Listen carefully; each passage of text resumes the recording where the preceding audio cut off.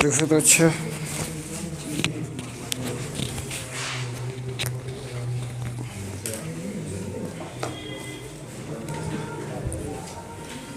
समझो बेटा, हम लोग हिंदी में क्या पढ़ रहे हैं? समास, ठीक है ना।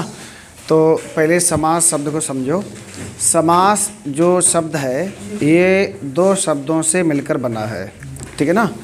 समास शब्द दो शब्दों से मिलकर बना है। एक शब्द है सम, ठीक है ना, और दूसरा शब्द जो है वो आस है। सही है। सम का मतलब होता है बेटा समीप। आफ जो शब्द है ये आफन से मिलकर बना है। आफन से, आफन का मतलब होता है बैठने का तरीका। आफन का मतलब क्या होता है? बैठने का तरीका। इसका मतलब हम बोल सकते हैं कि पास आकर बैठना, ठीक है ना।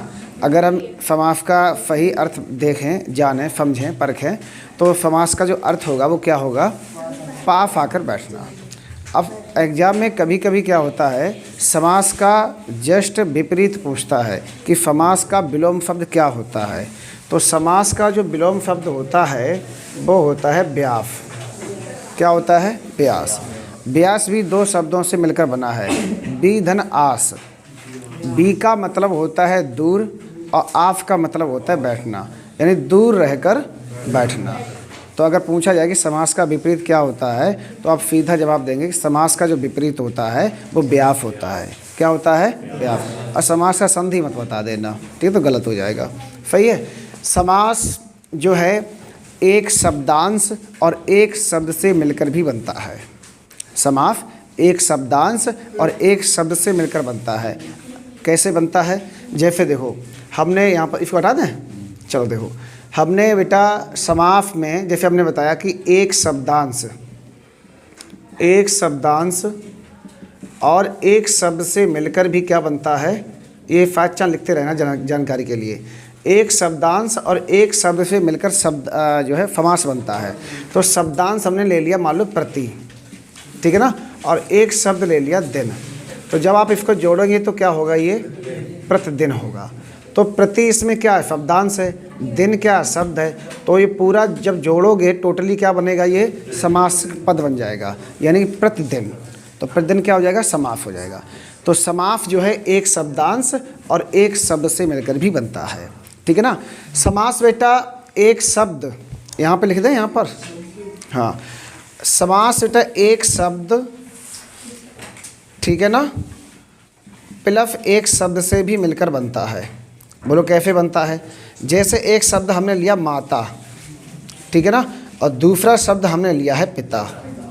अब इन दोनों को जोड़ोगे तो ये पितरो बनेगा संस्कृत में, पितरो। तो समास जो है एक शब्द और एक शब्द से मिलकर भी सामासिक पद का निर्माण होता है, ठीक है ना। अब सामासिक जो पद है वो दो पदों से मिलकर भी बनता है, ठीक है ना, एक पद और दूसरा पद। बोलो कैसे? जैसे हमने एक शब्द लिखा चिड़िया, ठीक है, और दूसरा पद लिखा घर, ठीक है ना। तो ये क्या बनेगा? चिड़ियाघर बनेगा। क्या बनेगा बेटा? चिड़ियाघर। अब चिड़ियाघर के दो अर्थ होते हैं। एक अर्थ होता है चिड़ियाघर का मतलब चिड़िया का घर या घोंसला, ठीक है। एक चिड़ियाघर वो होता है जहाँ पर पशु पक्षी जीव जंतु निवास करते हैं, एक वो हो गया। जैसे मान लो हिमालय है, तो हिमालय के भी दो अर्थ हो गए, एक हिमालय पर्वत है और एक हिमालय का मतलब होता है बर्फ़ का घर, ठीक है। तो यहाँ पर कौन, देखो हेम और आलय ये दो पद हो गए, हेम और आलय दो पद हो गए ना, तो दो पदों से मिलकर भी सामासिक पद का निर्माण होता है। अब कहो कि तीन पद से भी मिलकर निर्माण होता है, तीन पदों से मिलकर भी निर्माण होता है, तो बिल्कुल होता है। जैसे अगर देखा जाए हम बोलें कि तन मन धन, तन मन धन, तो अब इसमें तन मन धन तीन पद हो गए हैं, तो ज़रूरी नहीं है कि दो पदों से मिलकर सामासिक पद का निर्माण हो, दो से अधिक भी पद दो से अधिक भी पद हो सकते हैं, ठीक है। जैसे अगर जैसे हम लिखें यहाँ पर तन मन और धन, सही है। इसका अगर समास विग्रह करने के लिए कहा जाए कि इसका आप समास विग्रह करिएगा तो कैसे करोगे, तो तन मन और धन बोलोगे, ठीक है ना। अभी से बताएंगे इसमें कौन समास है। फिर हमने लिखा रोटी कपड़ा मकान। अब इसका समास विग्रह करो तो कैसे करोगे, रोटी कपड़ा और मकान, इस तरीके से आप इसका समास विग्रह करेंगे, ठीक है। हाँ, जैसे लाल बाल पाल, तो लाल हो गया, ठीक है ना, लाल बाल पाल। अब इनमें कौन सा समास हो जाएगा बेटा, तो इनमें सब में द्वंद्व समास हो जाएगा, ठीक है ना। क्या हो जाएगा, कौन समास हो जाएगा, द्वंद्व समास। तो जरूरी नहीं दो पदों से मिलकर समासिक पद का निर्माण हो, तीन पदों से मिलकर भी समासिक पद का निर्माण हो सकता है, ठीक है ना। क्लियर है। अब आ जाओ समास के प्रकार पे। तो समास के प्रकार हमने आपको कितने बताए हैं, 6। अच्छा, समास का शाब्दिक अर्थ पूछे तो संक्षेप या संक्षिप्तीकरण बता देना, ठीक है ना। समास के जो आपके एग्जाम में, जो पुलिस के एग्जाम में, जो बड़े एग्जाम होते हैं, उनमें जो समास होते हैं वो 6 प्रकार के होते हैं। जब आप बड़े एग्जाम की तैयारी करोगे, फिर पीएटी वगैरह दोगे हिंदी से, तो उसमें समास जो होता है वो 4 प्रकार का रह जाता है, ठीक है ना। क्योंकि समास के दो भेद होते हैं, एक होता है समानाधिकरण और एक होता है व्याधिकरण। समास के 2 प्रकार होते हैं, ठीक है ना, मुख्य रूप से जो है, तो उन्हीं के अंतर्गत 4 प्रकार और होते हैं, ठीक है ना। तो समास तुम लोगों कितने पढ़ रहे हैं, 6। अगर पूछे समास कितने प्रकार के होते हैं तो आप 6 प्रकार के बताएंगे, ठीक है ना। अब जो है 6 प्रकार में ये पहला प्रकार है अव्ययीभाव समास, ठीक है ना। कौन समास है, अव्ययीभाव समास है। अब यहाँ पर लिखा हुआ है जिस शब्द का पहला पद या पूर्व पद अव्यय उपसर्ग निपात हो, तो समझ लेना वहाँ पर जो है कौन सा समास हो जाएगा तुम्हारा, अव्ययीभाव समास हो जाएगा, ठीक है। दूसरी बात, अव्ययीभाव समास का पहला पद जो होगा वो प्रधान होगा। पहला पद कैसा होगा, प्रधान होगा। तीसरी बात, अव्ययीभाव समास में जो समासिक पद होगा, जो सामासिक शब्द होगा, वो ना तो स्त्रीलिंग होगा ना पुल्लिंग होगा, अर्थात नपुंसक लिंग में होगा। बात आ गई समझ में, ठीक है। इसके बाद में हाँ, ब्रेक हो गया क्या वीडियो, उस पर फ्लैट वहाँ लगी।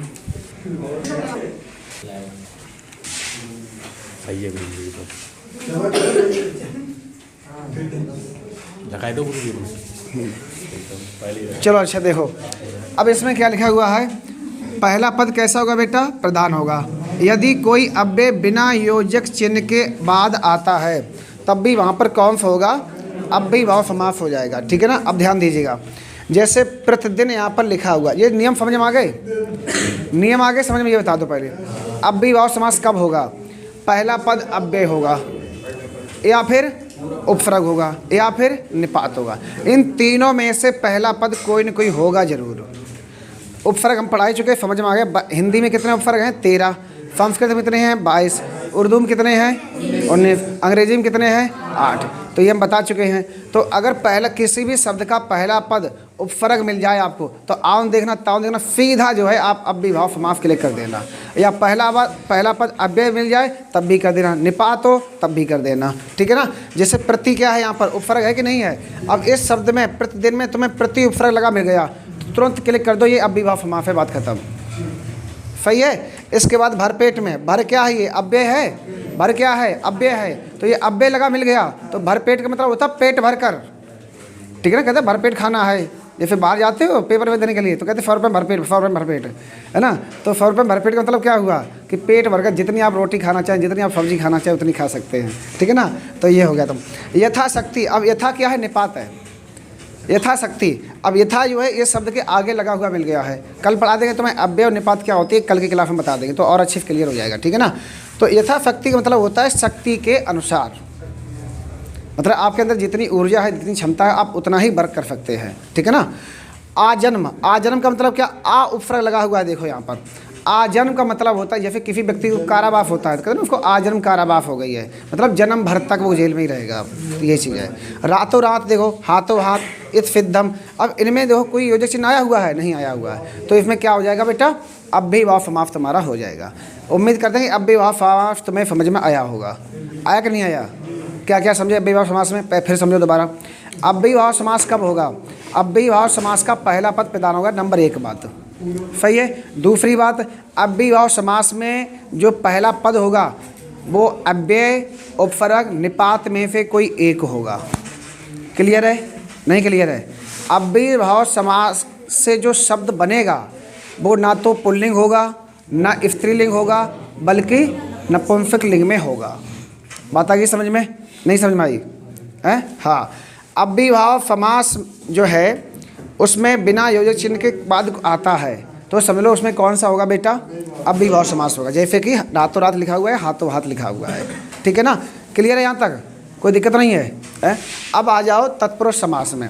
तत्पुरुष समास में देखो बेटा हमने क्या लिखा है, इसका दूसरा पद होता है प्रधान। कौन सा पद प्रधान होता है? दूसरा पद होगा प्रधान, ठीक है ना। सामासिक शब्द में कारक चिन्ह कैसे होंगे तुम्हारे? लुप्त होंगे। अब कोई बच्चा हमें बताएगा कारक कितने होते हैं? कोई बच्चा हमें ये बताए कि कारक कितने होते हैं? कोई भी बच्चा बताए कारक कितने होते हैं? बताओ। 8 होते हैं कारक। कौन कौन से होते हैं?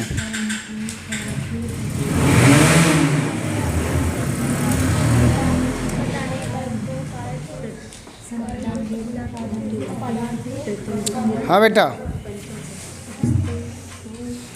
कारक होते हैं 8, ठीक है ना। लेकिन समास में तुम्हें 6 ही पढ़ने हैं। समास में कितने पढ़ने हैं? 6।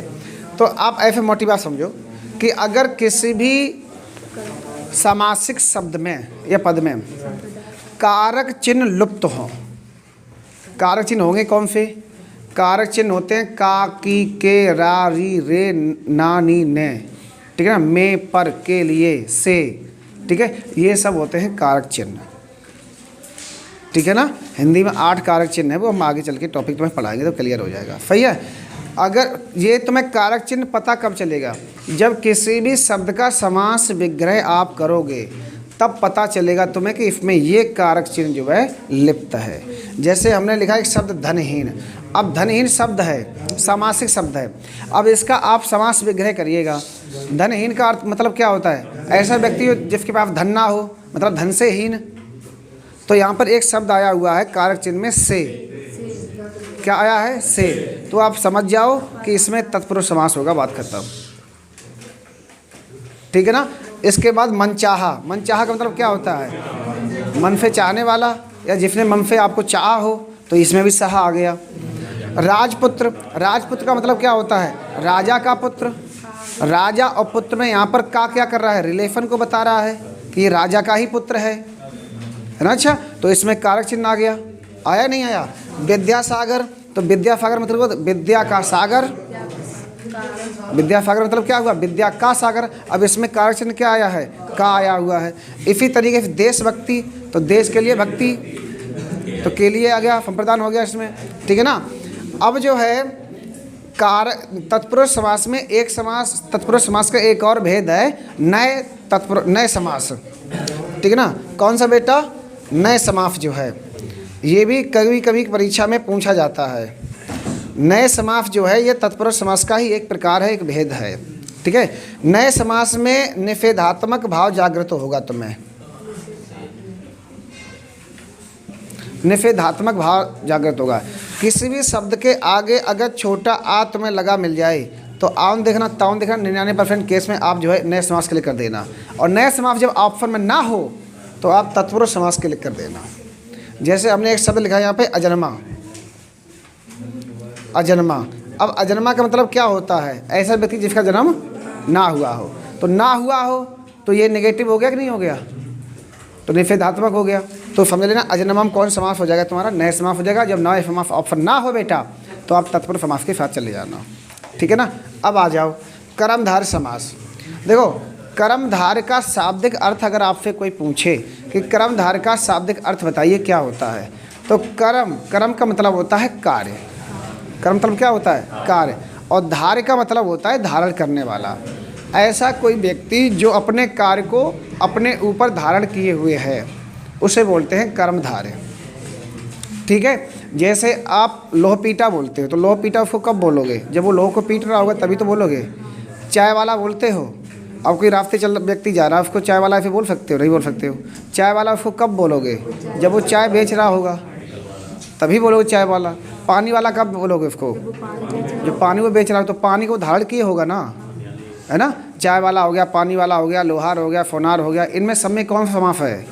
इनमें जो भी व्यक्ति अपने कार्य को धारण किए हुए है, ठीक है ना, उसमें उन सभी शब्दों में कर्मधारय समास होता है, ठीक है। कर्मधारय समास क्या करता है बेटा? शब्द की विशेषता बतलाता है। कर्मधारय समास में क्या होगा? शब्द की विशेषता बतलाई जाएगी।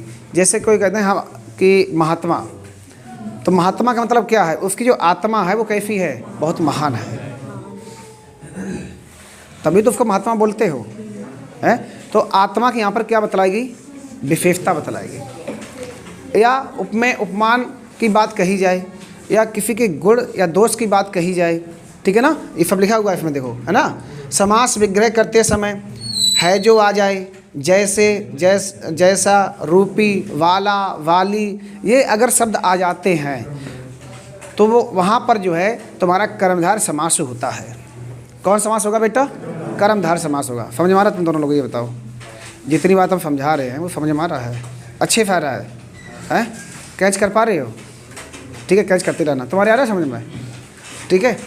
अब देखो, जैसे हमने एक शब्द लिखा है महात्मा। महात्मा का मतलब क्या होता है? अच्छा जी बताओ। महान है जो आत्मा, महान है जो आत्मा, अर्थात महात्मा। इसी तरीके से लिखा हुआ है नीलकंठ।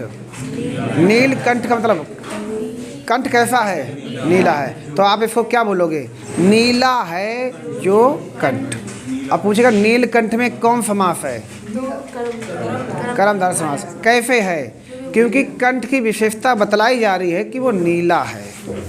कैसा है? नीला है। तो अब इसी तरीके से जैसे नील गाय लिखा हुआ है, तो नील गाय में कौन समास है? नीली है जो गाय, नीली है जो गाय, अर्थात नील गाय। तो इसमें कौन समास हो जाएगा? कर्मधारय समास हो जाएगा, ठीक है ना। पीताम्बर, पीले हैं जो अंबर, पीले हैं जो वस्त्र, कौन समास हो जाएगा? कर्मधारय समास हो जाएगा। देह लता, देह रूपी लता, अब इसमें रूपी आ गया। देह रूपी लता कौन समास हो जाएगा? कर्मधारय समास हो जाएगा, ठीक है ना। चंद्रमुख, चंद्र जैसा मुख, तो कौन समास हो जाएगा? कर्मधारय समास। कमल नयन, कमल रूपी नयन, कौन समास हो जाएगा? कर्मधारय समास हो जाएगा। समझ में आ गया? ये जब आप फंसो तो शब्द को आप क्या करेंगे?